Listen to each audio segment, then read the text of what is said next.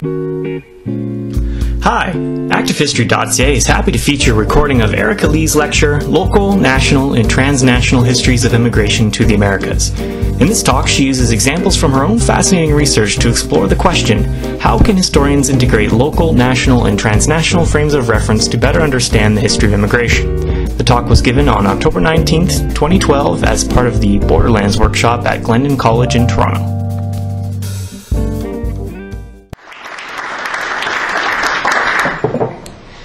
Thanks so much. I'm really happy to be here. It feels like a reunion of friends, and I know that we're all learning a lot. Our conversations this morning were a lot of fun. I know that those of us at Minnesota, there's 5 of us, we're really happy to be here. I think I was just thinking about it, that we all heard about the conference and got Ben and Alex's invitation all at the same time. I think we were in seminar, Andrew and Evan and I, and we were just like, guess what? I got an invitation. Me too. So we're happy that this long-awaited conference has come to fruition.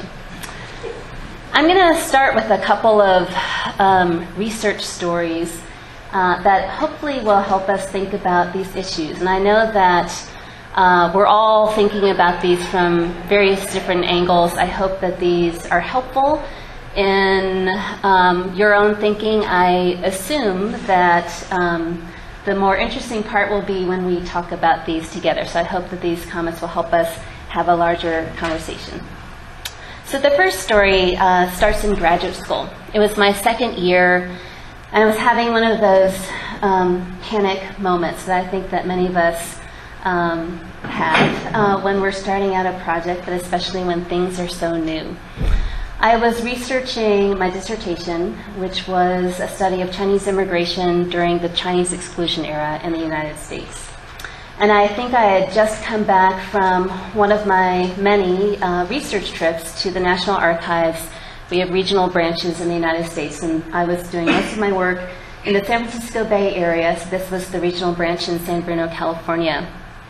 I was one of the first researchers to be able to get access to what were some records that had just been recently opened up by the U.S. government. And these were thousands, tens of thousands of immigrant records for the Port of San Francisco that documented everything from arrivals, departures, physical exams, interrogations, work histories, family relationships. So I'd be looking through these files and I'd find things like my grandparents' wedding photograph or some guy's wallet that had literally been confiscated in a workplace raid. So they ranged in just in wondrous detail. And there were between 60 and 100,000 of them. They were so new that the boxes had literally not been unsealed. The folders had not been put into Mylar. And the archivists didn't even know, how many records there were. So I had gone from one of those moments when you're a graduate student thinking, what am I going to write on? I won't be able to find anything, to literally, how will I ever get through these records, and how do I make sense of them? And of course, I didn't plan on looking through every single record, but I quickly just became immersed in these details. And so this research panic moment came when I was at that time where I knew where these records were leading me, but I was having trouble picturing how to tell this larger story. What was the forest for the trees? So I was at my advisor's office explaining this predicament, and he told me to think about the immigration station of Angel Island, which is the Ellis Island of the West. This is the processing center, detention center for most immigrants who enter the United States through the Port of San Francisco. Most of them were Asian. But he told me to think about Angel Island as a lens.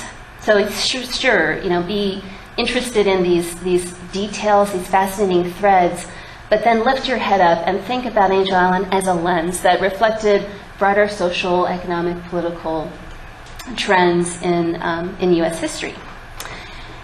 And this way of framing, this lens metaphor, has really shaped my historical research since then, And as many of my students here can confirm, I repeat this to every one of them struggling with the same questions. I've since expanded on this metaphor to better understand shifting scales of immigration. So when I was writing the dissertation, it was very much of a social, legal history of Chinese immigration, and it was looking at community history and making it relevant for the nation. So community, local, and then nation. It's been particularly helpful to me in considering these different lenses, local, community, national, transnational, that so many of us are engaged in. But I've expanded this a little bit. So we were talking earlier today in my group, the way that I think of this lens is multiple. It could be a magnifying glass or a telescope that lets us zoom in on those minute details and fine texture.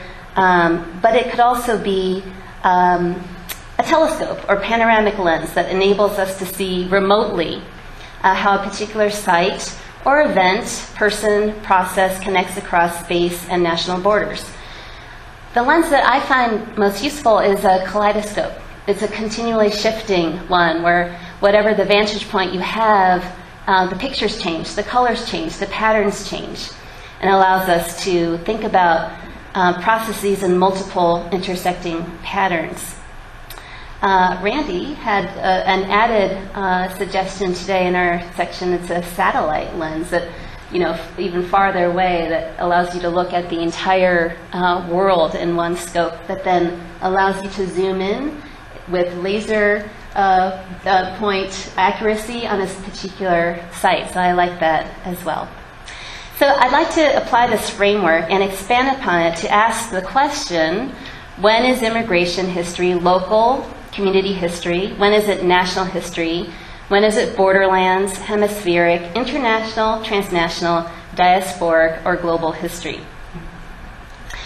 So just at lunchtime, we were talking, I joined a conversation late in the game about, how exactly do we define things? What terms would we use? And I said, I've just given up, and I've thrown up my hands because it's gotten difficult. The field of transnational studies has matured enough that I feel like at the beginning, there was a very precise definition of transnationalism. It was rooted in anthropology. It looked about immigrant sending and immigrant receiving networks. And then it became so diffused, everyone was doing transnationalism. We've tried to rein that back in to talk about, very specific definitions. And we're at this in-between stage where we've gone through these various cycles of adjustment that we can think anew about the validity of these concepts and how to apply them. So I'm advocating for a very flexible framework. Let me draw on some previous work that helps me articulate this process.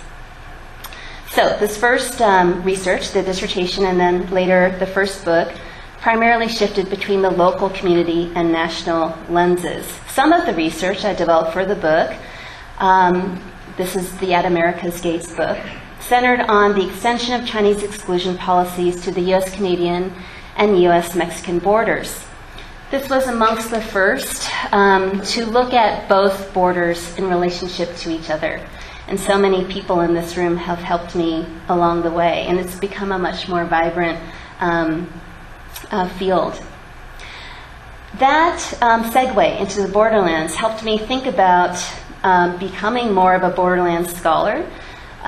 People like Elliot and Grace helped me think through that. But more recently, I've transitioned from a U.S. and the world perspective to a hemispheric American perspective, and more formally now to world history.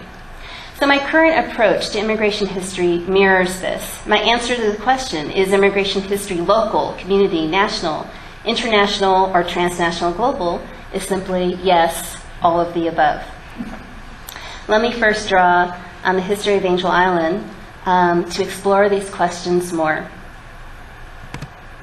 This is a map of the immigrant routes that came through San Francisco. From 1910 to 1940, San Francisco and the Angel Island Immigration Station served as the entry point for over 500,000 people from 80 different countries around the world. 2/3 came from China and Japan, but there were also immigrants from India, Korea, Russia, Mexico, the Philippines, Germany, Spain, Central and South America, Australia, and New Zealand. The Angel Island Immigration Station was called in the press and by the US government, quote unquote, the Ellis Island of the West, but in fact was very different from its counterpart in New York. Ellis Island enforced American immigration laws that restricted but never excluded European immigrants, at least on the basis of race. Angel Island, on the other hand, was the chief point of entry for Chinese and other immigrants from Asia, and as such enforced immigration policies designed to single out Asians for long detention and exclusion. In 2005, historian Judy Young, who is emeritus at UC Santa Cruz, and I started to write the first comprehensive history of immigration through Angel Island. It was published in 2010, and it was published to coincide with the immigration station centennial, so it's 100th year anniversary of the opening. And it sought to tell the history of the great diverse immigration through America's Pacific Gateway, with its emphasis on the immigration station itself, the surrounding area, the immigrant communities that would end up primarily in the state of California or elsewhere in the US West. Our book resonated regionally. It was seen as a Western book. It was honored by the San Francisco Chronicle and the Western History Association. But our intention was to reach a national audience as well. We sought to use Angel Island as a microcosm for larger national trends and issues. We explicitly compare, for example, Angel Island with Ellis Island, and that strong nation of immigrants mythos that pervades Ellis Island and its related Statue of Liberty. The nation of immigrants narrative focuses primarily on European peasant migrant families who entered through New York, eventually became absorbed into that great melting pot of America. The story is that the United States welcomed them, and in return, these immigrants worked hard, assimilated, and became productive citizens. In building our national frame, we posited that Angel Island helps us answer or complicates this question. Is the United States, or has it ever been, that nation of immigrants that this mythology supports? Or is it something different, a gatekeeping nation that builds fences and detention centers to keep out aliens it defines as undesirable and dangerous? And we argue that Angel Island says that the United States is both. And it's this tension between this welcome and restriction that is increasingly important in contemporary times. So the local and national frames of Angel Island's immigration history were explicitly clear in our book. But what about the transnational and global side to the story? As an immigration history, there is, of course, much non-US content in the book. But because the purpose of the book as community-engaged scholarship, really drawn from in partnerships with local communities, that was simultaneously trying to foster a common, multi-ethnic, and interracial consciousness about the history of Angel Island. We did not emphasize the transnational or global perspectives explicitly. If we did, it was through the perspective of global migrants being pitted against the new gatekeeping apparatus of the United States. This was the right approach for the book and for the purpose of that book and the partnerships with communities that we had. But today I'd like to retell some chapters to examine the global web in which these seemingly local and national incidents occurred, and then to think about how we make these choices of scale. So chapter 1 is called Angel Island, from local history to US history to Asian history and the global history of anti-colonialism in the early 20th century. Let me start with the local. Shortly after the Angel Island Immigration Station opened in January 1910, San Francisco Commissioner of Immigration, Hart Hyatt North, found himself at the center of a political firestorm. The San Francisco-based Asiatic Exclusion League was furious at what they believed was North's lack of vigilance in excluding South Asian immigrants. A shocking increase in the number of arrivals from San Francisco placed the San Francisco media, Angel Island immigration officials, and local organizations on high alert. Hart Hyatt North seemed unfazed. This is a picture of him in the administration building of the Angel Island immigration station. He treated South Asians like any other immigrant group and processed them under the general immigration laws. This attitude was at odds with exclusion activists and other Angel Island inspectors who believed that the government should actively restrict their immigration whenever possible. For anti-Asian activists, the quote-unquote likely to become a public charge clause provided a convenient cover for racial exclusion. Typical was the articulation of South Asian immigrants as undesirable citizens in multiple ways for their race, class, religion, and gender, and economic threat, as expressed in this cartoon from the Daily News, June 28, 1910. But also of the published sentiments of immigrant inspectors like Frank Ainsworth, who explained that, quote, these Hindus are highly unassimilable. Ainsworth advocated an official immigration policy of exclusion, but his superior, Commissioner North, rejected this position. South Asians might not be desirable citizens, he conceded, but, quote, no government official has a right to refuse entrance to this country to any man entitled under the law to land, end quote. If South Asians were to be legally excluded, then the United States needed to pass a general Asian exclusion law, the commissioner argued. So at this point, this conflict is really local. It's even within the offices of the Angel Island Immigration Station, or more publicly aired within the local press. It involves a San Francisco organization, the Asiatic Exclusion League, San Francisco-based immigration officials, and politicians like Hart Hyatt North. But it quickly turns into a federal matter. With the full support of the San Francisco press, the Asiatic Exclusion League initiated a campaign to remove North from office. It nicknamed the commissioner Sahib North, and local newspapers argued that, quote, a horde of Hindus are here to enjoy the welcome extended by Hart North. The campaign went to Washington, D.C. North's subordinates at Angel Island complained to the Commissioner General of Immigration.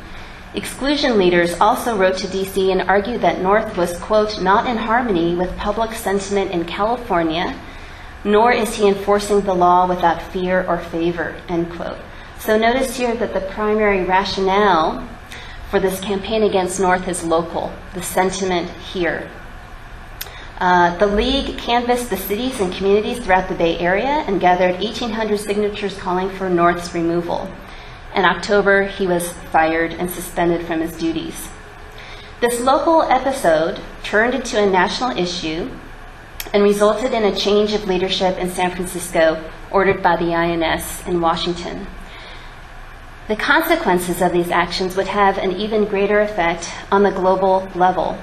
After North's departure, immigration officials on the Angel Island acted quickly to institute a system of informal South Asian exclusion. This is before the passage of the 1917 Asiatic Bar Zone, which excluded South Asians by law. So, for example, in September, while North was in office, immigration officials debarred or excluded 46% of all South Asian applicants for admission. The next month, while North was fighting for his career, immigration officials denied entry to 181 out of 184 South Asian applicants, or 98%. By December, none of the South Asian applicants were admitted, and in April of 1911, the Asiatic Exclusion League reported satisfactorily that only 11 South Asians had been admitted into the United States in San Francisco in the past 5 months. The aggressive tactics of exclusion by Angel Island officials contributed to a growing sense of frustration and injustice on the part of the South Asian diaspora. Coupled with similar attempts in Canada to limit or bar South Asian immigrants through its continuous journey law, the Angel Island policies reflected widespread discrimination against South Asians in North America. Indian nationalists, many of them students at UC Berkeley, organized the Ghadar Party Revolution, or Mutiny is the translation, with headquarters in San Francisco, pictured here. And they preached a message protesting against both discrimination in the US and Canada and British colonialism in India. Gutter rides circulated throughout immigrant communities in the Americas, Europe, and East and Southeast Asia with the goal of rallying the local South Asian communities to the cause of Indian independence and to define a positive collective identity amongst immigrants as nationalists. After World War I broke out, the Gutter Party urged all nationalists to return to India to work towards the overthrow of the British.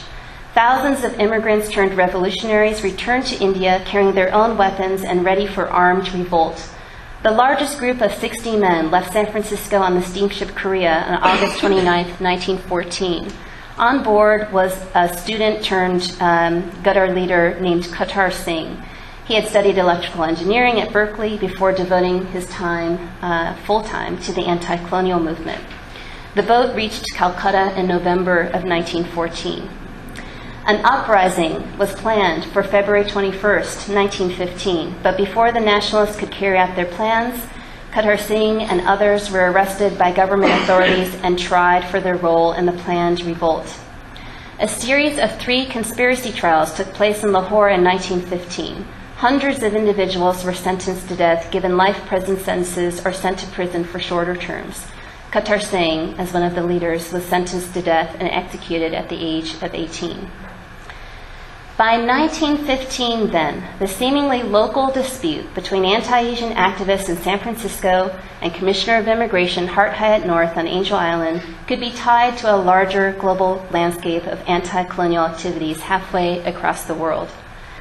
I'm not necessarily suggesting that the sacking of North in 1910 directly led to the Lahore trials of 1915, but rather that when we use different lenses simultaneously and zoom in and out to see both local factors and global connections, we can get much larger and much more complicated understanding of the past. People have written about Hart Hyatt North before. It's often within the context of a local history of Asian exclusion in California. People have written about the Lahore conspiracy trials, but it's mostly within the context of a larger history of the anti-colonial movement in India, and I'm thinking about how do we connect these stories together. The second chapter of this talk is called Angel Island as European History to World and U.S. History to Community and Family History, so kind of going back down. This story starts in Nazi Germany. In 1938, after Germany invaded Austria and Czechoslovakia and turned to state-sanctioned pogroms to drive the Jews out of the country, 140,000 German and Austrian Jews fled their homelands to find refuge in Western Europe, China, and abroad. An estimated 24,000 took the eastward route by sea from Italy to Shanghai, where no visas were required for entry. This is the Chinese Schindler, if you've remembered that, or by land across Siberia to Harbin and Japan. From there, some 3,000 refugees crossed the Pacific and reached their final destinations in the United States, Canada, Australia, and Palestine, while the remaining 21,000 stayed in Shanghai until the end of the war. At least 500 Jewish refugees made it to San Francisco from Shanghai and Yokohama in 1939 and 1940. Among them was a woman named Elfriede Alice Edelstein and her mother, Hilda. This is Alice. Born in Vienna, Austria, the only child in a middle-class Jewish family, Alice Edelstein had led a comfortable life until the Nazis had annexed Austria in 1938. Then began the pogroms, the mass arrests, confinement into ghettos, confiscation of Jewish properties and businesses, and the barring of Jews from professional practice and public service. Close to 100,000 Jews fled Austria by the end of 1939, including Alice's father, Marcel. He had just enough money to get one visa to Santo Domingo in the Dominican Republic. But before he left, Marcel looked up every Edelstein in the U.S. phone books, seeking a family to sponsor his wife and daughter. He found one in Milwaukee who agreed to help. This was the only way that you could come into the country during this time if you were fleeing Nazi-occupied Europe. By the time Hilda and Alice secured their visas and were ready to leave in July of 1940, Italy had entered the war and the Mediterranean sea route was closed to them. They decided to escape by land and to the Pacific. So they took a Trans-Siberian railway from Moscow to Vladivostok with only $6 in cash and a limited amount of luggage. The train ride took close to 4 weeks. From Vladivostok, they took a ship to Kobe, and then the Rikuyu Maru across the Pacific to San Francisco.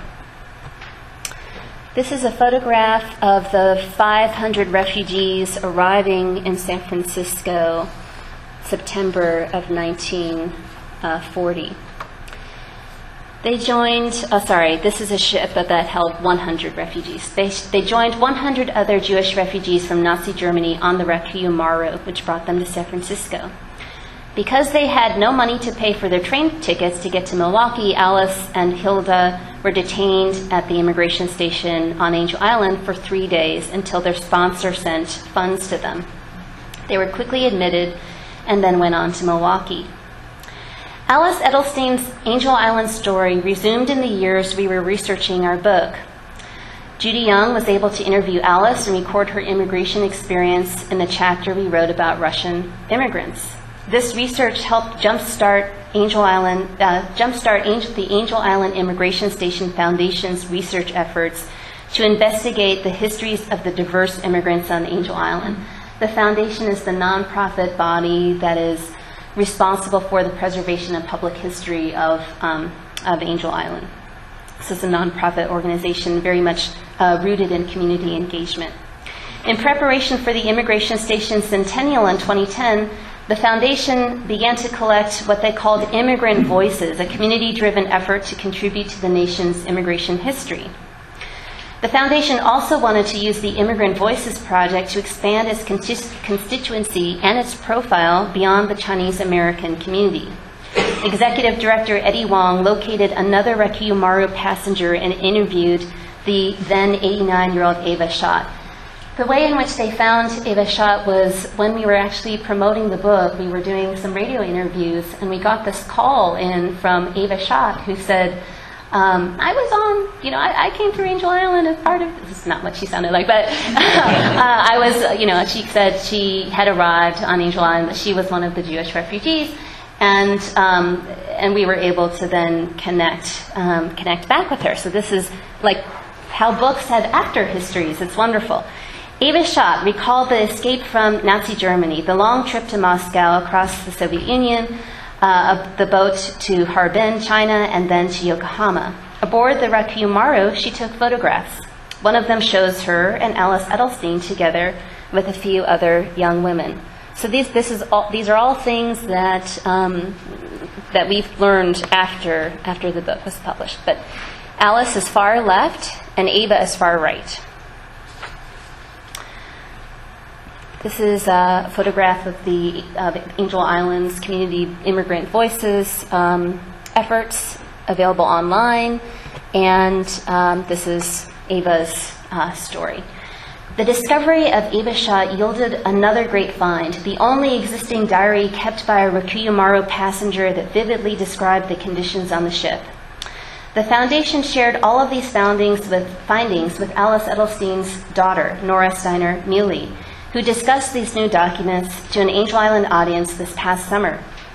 As her family looked on, she described how these pieces of history fit together to create a fuller portrait of her now deceased mother and her experiences during the war. A lot of questions that the family had were now answered with these other historical sources. So a world history event had turned into a community organized-driven research project and helped to revise the history of immigration on Angel Island, but also the family history of the Steiners. So again, going from this scale all the way back down. Photograph of immigrants arriving on Angel Island and the Angel Island Immigration Station. So let me turn to another evolution from transnational and global immigration history to local and then back again. And when I get through with this, then I think you'll understand why I've kind of thrown up my hands at trying to Choose a scale. This story also begins in the archives when I was a graduate student. Never throw anything out, I think, is the answer. Those initial research trips, you may not be focusing it on right now, but it'll come back. At the same time that I sifted through those immigration files, I was in DC and I came across a box titled, quote, Oriental Problem, Other Countries. In letters and government reports, I noticed that U.S. immigration officials kept referring to Asian immigrants, especially Chinese, Japanese, and South Asians, and the so-called Oriental problem in Canada, Mexico, Australia, Peru, Brazil, South Africa, and other countries around the world. Some of these files were extremely thick, filled with correspondence between U.S. officials and their counterparts in other countries. They also included records of covert U.S. investigations conducted abroad. Government officials, diplomats, labor leaders, and journalists all seem to be asking the same question. How could the Asian immigration problem be solved? What could be learned from the experiences of other countries?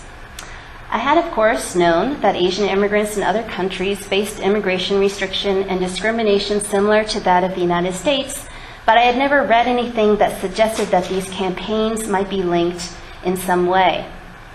So 10 years ago, before the Angel Island book, I set out to write a book that examined the transnational debates and immigration policies concerning Asian immigration in the Americas. And the starting point was, I thought, late 19th century to the end of World War II. As a U.S. historian, so this is really, now I'm showing my age, but this is when the word transnational was really just becoming part of the U.S. history lexicon. There was that 1998 Journal of American History special issue that kind of introduced what is transnational history to U.S. history. And so we were all trying to figure out, how do you do this exactly? And I thought that the first way to do it was to be more of a U.S. and the world. So this meant that I kept the U.S. at the center, but I tried to make transnational and international connections, but my feet really stayed rooted in the U.S. My intention was to limit the geographic and intellectual scope of the project in order to complete a somewhat manageable book in a timely fashion. But I soon felt limited by these constraints. As I made new discoveries, my questions changed, and so did the geography of the project. Back to the U.S.-Canadian and U.S.-Mexican borderlands, then to the Americas, and then more recently in the world. About 2 years ago, I was close to finishing that book, but again, I was not happy with it. I felt that there was much more to be done. Even though I had moved from U.S. history to borderlands to hemisphere, these land-based boundaries still seemed arbitrary, and I pondered connections that took me across the Atlantic and Pacific Oceans and also expanded the frame temporally and geographically. And so much of this has been based on just fabulous new research that comes out from many of us in the audience every year. So, for example, new research on the so-called coolies or Asian indentured servants, research by Moonho Jung or Kathy Lopez or Lisa Young, demonstrated the importance of the Caribbean in the early 19th century and how Asians were central to the histories of the Black Atlantic world of slavery. So there were over 400,000 South Asians who went to West Indian plantations as coolies between 1838 and 1918, and another 250,000 Chinese that went to Cuba and Peru from 1847 to 74. In Cuba, coolies worked alongside slaves in slave-like conditions. The black-white race relations structuring the economics of labor and definitions of citizenship, national identity, freedom, and personhood laid critical foundations for how Asians would be viewed, treated, included, or excluded in Cuba. These earlier migrations, usually treated as separate and distinct from the larger migrations, global migrations of so-called free Chinese, were in fact directly related to each other. For example, the migration industry that developed in South China for the coolie trade helped facilitate the larger migration of gold rush and later era immigrants from China. I think this is something that Elliot focuses on. Now more rooted in earlier decades and in Latin America, my project took another turn as I started asking, once you start going backwards, it's hard to know when to stop. And I began to ask, when and where does the history of Asians in the Americas begin? Most national histories, of course, begin with those the large mass migrations. So in the U.S., it's the Gold Rush era. In Canada, it's similarly the Gold Rush era. In Cuba and the West Indies, it's the arrival of Asian indentured laborers. But what about earlier? What else might I have missed? I started working backwards, and I was introduced to a South Asian slave girl who arrived in colonial New Spain in the late 17th century. She was owned by a Spanish captain named Miguel de Sosa. She arrived in Acapulco via a Manila galleon from the Philippines. She was christened Mira Catarina de San Juan, and she lived and worked in Captain de Sosa's household in Puebla, Mexico, and became free upon his death. In her later years, she became known as a healer and a Catholic visionary who worked amongst the poor and sick until she died in 1688.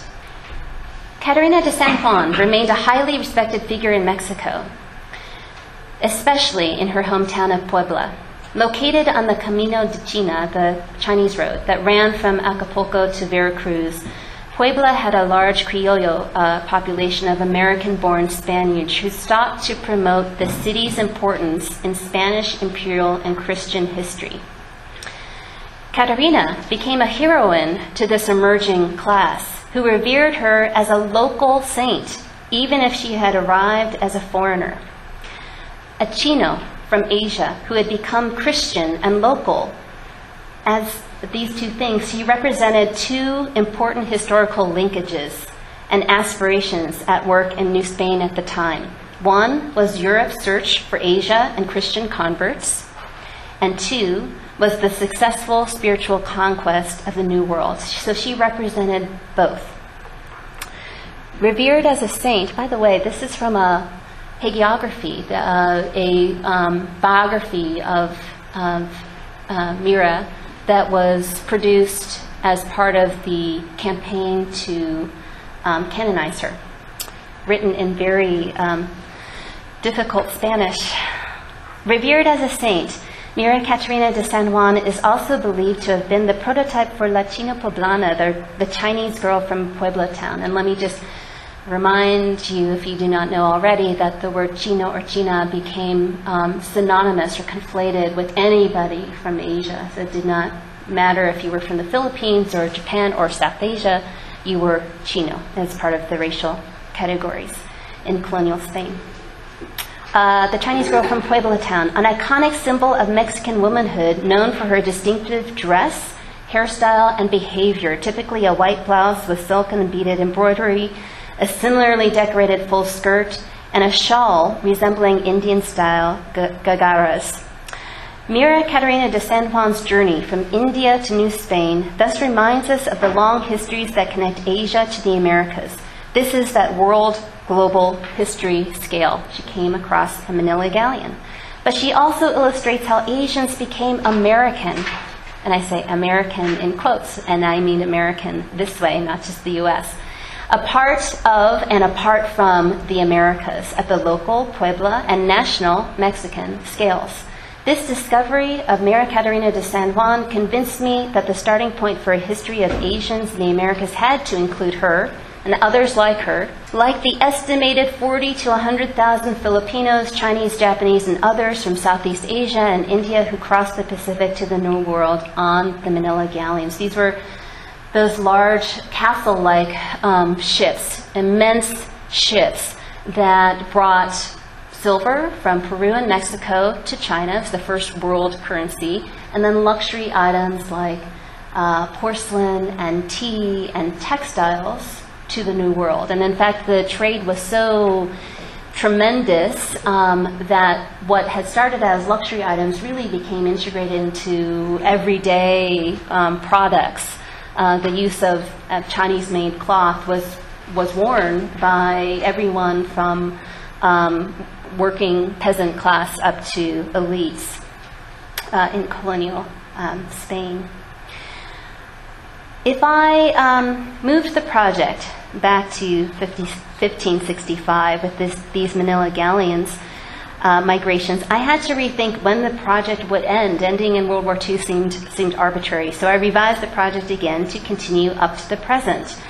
And I examined how the centuries-long migrations of Asians remade the Americas and were shaped by distinct American histories of colonization and expansion, African slavery, nation building and global relationships, domestic and international politics during world wars, and contemporary globalization.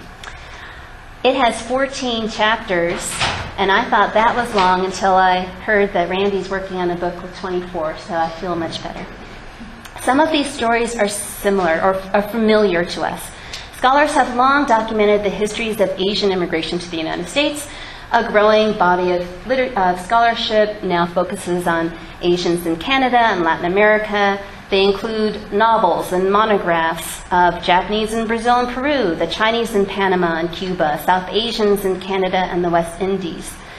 But so far, much of it has focused on either specific ethnic groups in specific, either local, regional, or national scales, or specific groups within borderlands. And I'm suggesting that we take the perspective a little bit wider to look at these across comparative as well as national frames. I draw from global history to demonstrate how Asians in the Americas were part of hemispheric American, Asian, and global histories. And this long chronological frame draws on history to better understand the present and vice versa. So some chapters of the book start global and then end up local, like the one that focuses on Mira Catarina de San Juan. And I'm not choosing a particular frame there. I'm just letting it flow and be many things at the same time. Some are diasporic. Trans-Pacific passages brought Asians to specific ports of entry in the Americas, but then they moved north and south, east and west, as the search for employment, land, family, freedom from persecution pushed them to stay on the move. This is just one of many examples. John Lee Lum was born in 1842 in Sunway County in Guangdong, China. He was struck with gold fever, so he left home for the gold mines of California. He lived and worked there and then began journeys that took him throughout the Americas. He made his way north. He worked on the Trans-Pacific Railway here in Canada. Then he went south to Brazil and then to British Guiana before settling in Trinidad. He found work at the well-known Chinese firm of Kwong Lee and Company before starting his own business in 1885. Within 10 years, he became one of the most prominent Chinese businessmen in the island, selling cocoa, general foodstuffs, hardware, liquor, and other imports from Asia. And by the 1900s, he was recognized as the head of the Chinese community in Trinidad. He's been written about as a Trinidadian, but if you just focus on that part of his story, you would lose out on this immense movement across the Pacific and up and down the Americas. Some chapters are distinctly regional that then turn global, like the one in which I cover the Pacific Coast race riots of 1907. In 1907, race riots rippled along the Pacific Coast, starting in May of San Francisco, where the focus was on Japanese, then to Bellingham, Washington, September 4th of 1907, when South Asian laborers, mostly in the lumber mills, were forcibly expelled from that town. And then 3 days later to Vancouver, British Columbia, where a mob of around 10,000 marched through the streets, heading to the Chinese and Japanese quarters of that city. Mostly, these riots have been written about in local contexts, but if we take a larger frame, it becomes clear that they were the most public, violent, and extreme manifestations of an interconnected anti-Asian racism gripping the Pacific Coast in the early 20th century. Both the causes of the race riots as well as their long-term consequences were part of an intricate web of cross-border and transnational processes, linkages, and alliances. So literally, we can trace the presence and actions of the Asiatic Exclusion League leaders in Bellingham, Washington, to the riots in Vancouver, where there's one guy in particular, A.E. Fowler in Seattle, jumped on a train and went to Vancouver and provided some of the first accounts of what was going on in Bellingham. And the idea was, if they can do it there, we can do it here. And newspaper accounts recount that he climbs up a telegraph pole in Vancouver and is, shouting on the crowd to do their work. By the time that the dust settled from these riots, Japanese migration to Canada and the U.S. was severely curtailed by two gentlemen's agreements with Japan, finalized within 3 days of each other. Apparently, both the Canadian and U.S. delegations were in Japan at the same time, and the Canadians actually were further along in their discussions than the Americans. But the Americans, this won't be any surprise to you, pulled their weight and had got Japan to sign their agreement first, and Canada followed 3 days later.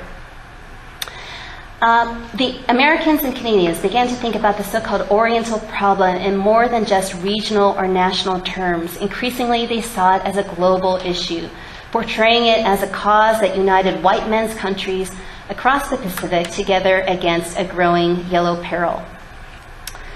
Some chapters focus on the borderlands. By the early 20th century, the U.S. had barred almost all immigration from Asia, but Asians did not stop trying to come altogether. The first to be restricted, Asians became the first to enter without documentation or through fraud and deceit on a large scale. The U.S.-Canadian and U.S.-Mexican borders became important sites of both migrant crossings.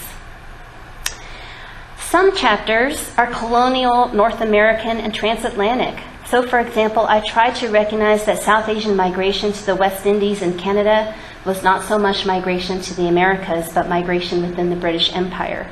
It also represented just one small stream of the 32 million South Asians who left the Indian subcontinent between 1840 and 1940. Canada's membership in the British Commonwealth explains its different policies regarding Asian migration as well, and many of you write on this too. Chinese head taxes instead of U.S.-style exclusion, a continuous journey law barring South Asians instead of a U.S. Asiatic barred zone, much more polite. Yet because of their shared land border, U.S. and Canadian policies impacted Asian migration and migrant communities on both sides of the border. Canada, the United States, and Great Britain cooperated with each other on their shared international surveillance of Indian nationalists in North America and in India, a topic that Seema Sohi writes about.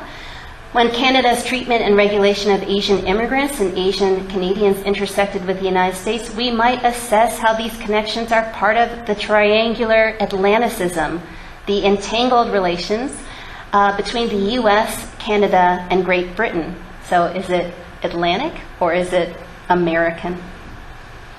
Some chapters are, this is a photograph of the riot damage in Vancouver, a timeline of just how closely related the riots were and the gentlemen's agreements and exclusions of South Asians.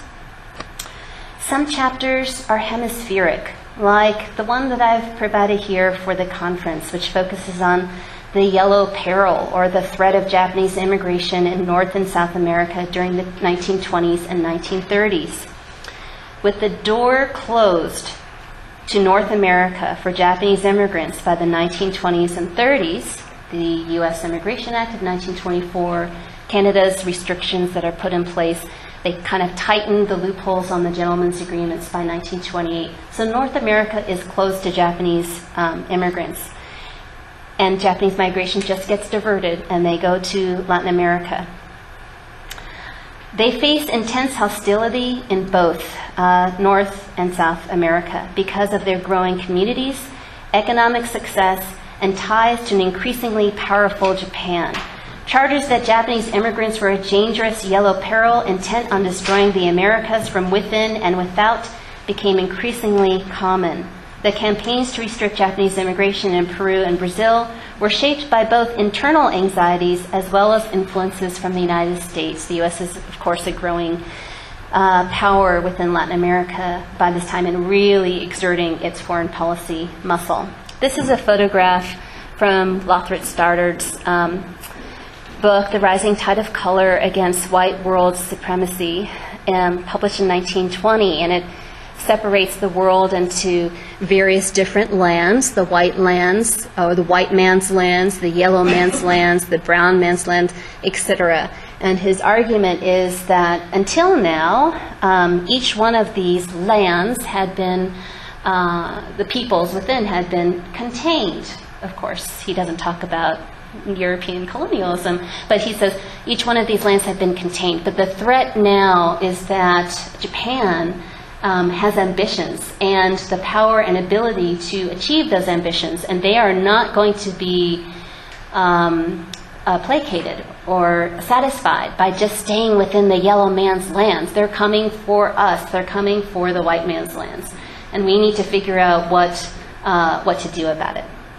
So it's yellow perilous, like Lothrop Stoddard. He is read throughout the world, but there are copies in the Canadian archives of British Columbian politicians' copies of his book, all dog-eared and notations made, and he gets reprinted in South American newspapers.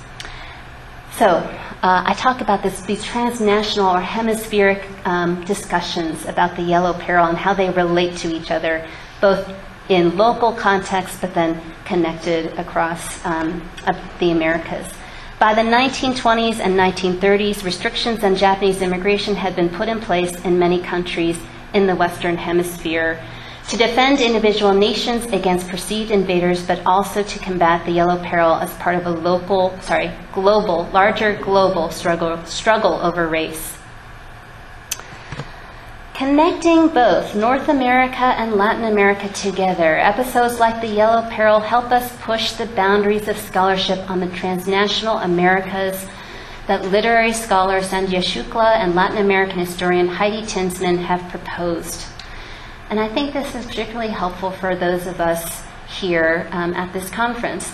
They define the Americas as a, quote, transnational and transregional formation defined against the notion of nation states.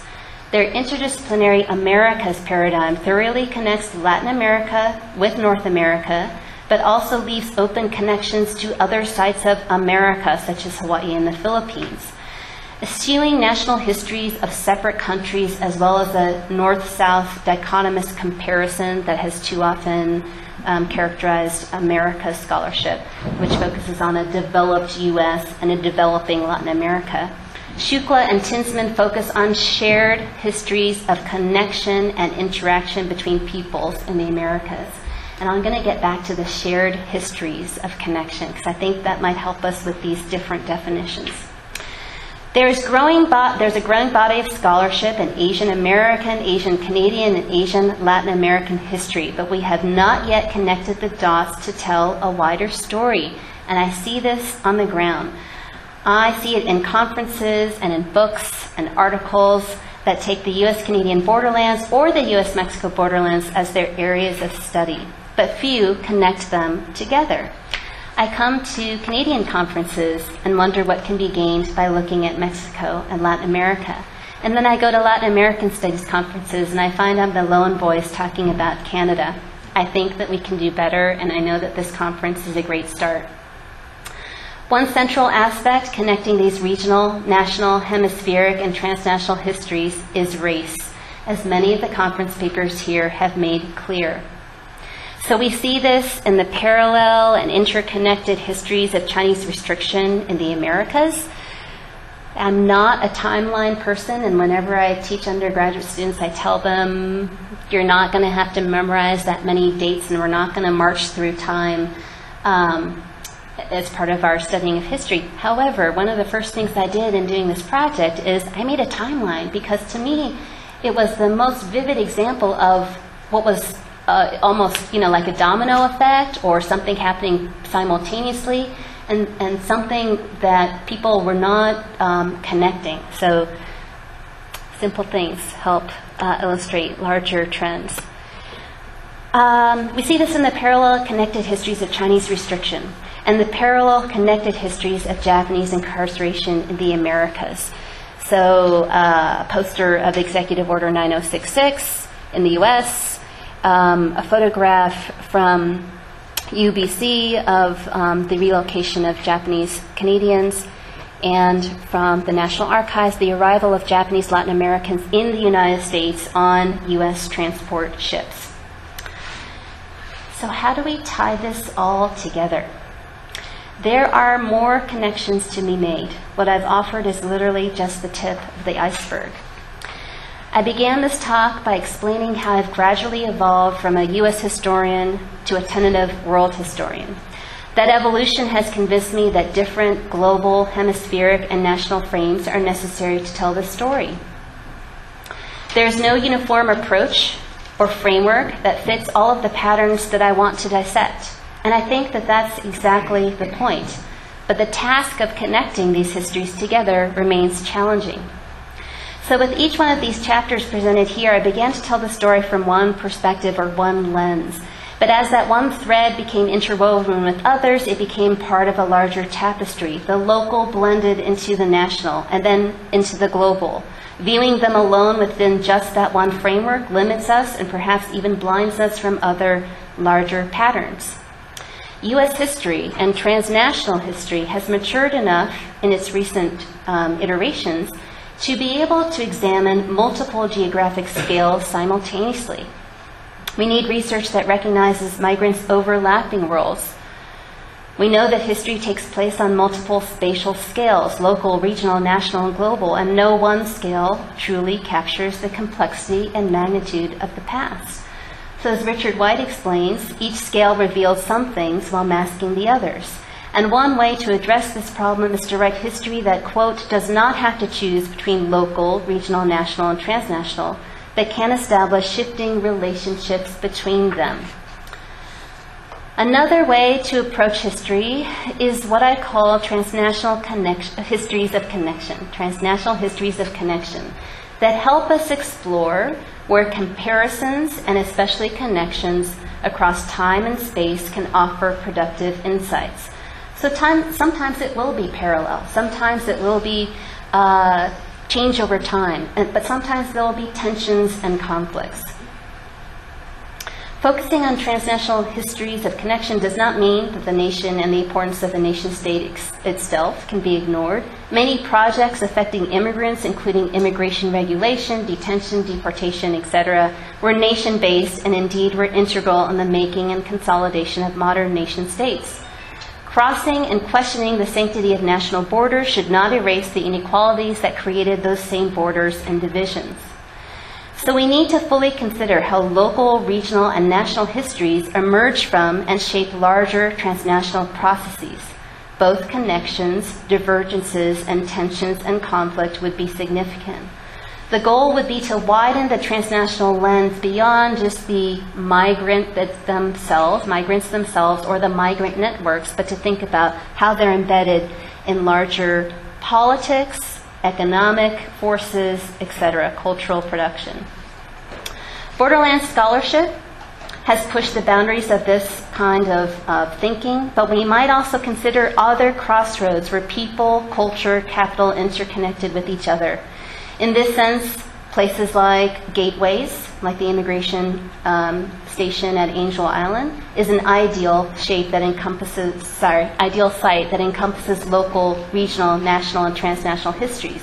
But other crossroads of interaction might include exchanges between Pacific Coast ports like Vancouver, Honolulu, and Sydney, or the Anglo-American web connecting Ottawa, London, and DC, a Caribbean Gulf Coast route including Havana and New Orleans. Lastly, we would want to connect local, national, and transnational histories across time. In the case of Asians in the Americas, there are many differences between the past and present. The scale of migration is larger and more diverse in our contemporary period. And in the case of North America, the economic status and backgrounds of today's Asian immigrants are largely different from the laborers who came in the early 20th century. Yet there are similarities that help us better understand the past. So, for example, Indian immigrants in North America who were ardent Indian nationalists in the early 20th century have an echo in today's generation of Indian immigrants who invest in their homeland on a massive scale. And NRIs, or non-resident Indians, are the so-called new VIPs. In both cases, Indian identity in North America is shaped concurrently by the experiences of being an ethnic immigrant minority and a transnational Indian identity shaped by intense Indian nationalism. Chinese paper sons who came with fraudulent documents into the United States or were smuggled via circuitous routes and across sea and land during the early 20th century, again, there's a new generation of Chinese who pay tens of thousands of dollars to enter the U.S. across the Mexican desert or in the holds of steamship tankers. The contemporary histories of Asians in the Americas are not just about the present. And one of the most salient features about contemporary communities is the way in which the long history of Asians in the Americas are being used by descendants and new immigrants to push for civil rights and national inclusion, as well as strengthen trans-Pacific and Asian diasporic ties. So, for example, when Japanese Brazilians marked the 100th anniversary of Japanese immigration in 2008, the celebrations affirmed the place of Japanese Brazilians within the Brazilian nation state. It also affirmed the enduring enduring strength of Japan-Brazil relations and the benevolence of the Brazilian nation itself. So there was taiko drumming and samba dancing, and the speeches were about that myth of national uplift through the immigrants. The revitalization of the barrio in Havana, Chinese barrio in Havana, has led to a celebration of Chino-Cubana heritage as well as new investment from China. And when national governments have offered apologies and reparations for historical injustices, here I'm thinking about the incarcerations of Japanese Americans, Japanese Canadians that took place in 1988, or the official apology by Stephen Harper in 2006 for the Chinese head taxes, and then just recently, this past summer in June, the U.S. government's official statement of regret for the Chinese exclusion laws. These acts of apologies and reparations for historical injustices are used by both Asians in the Americas to call attention to past discriminations, and it allows nations to perform acts of racial progress and reconciliation. So history itself, history and memory, is a strategy, it's a strategic tool to be used or performed in contemporary immigrant communities. So in conclusion, we cannot separate the histories of people on the move, the borders they cross, the communities and families they maintain, and the social, economic, and political networks they inhabit into distinct geographic zones or scales.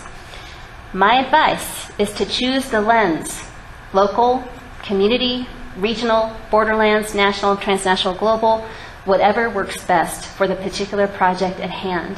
But be open to mix things up. Expand the geographical focus. Go backwards and forwards chronologically to see precedents, repeats, consequences. Remember that not every chapter has to look the same. Being flexible in our choices, finding the tensions and connections will help us write new immigration histories that illuminate the complicated journeys, experiences, and patterns at all scales. Thank you very much. You've been listening to a recording of Erica Lee's lecture, Local, National, and Transnational Histories of Immigration to the Americas, given on October 19, 2012 as part of the Borderlands Workshop at Glendon College in Toronto. You can find recordings of other talks on ActiveHistory.ca.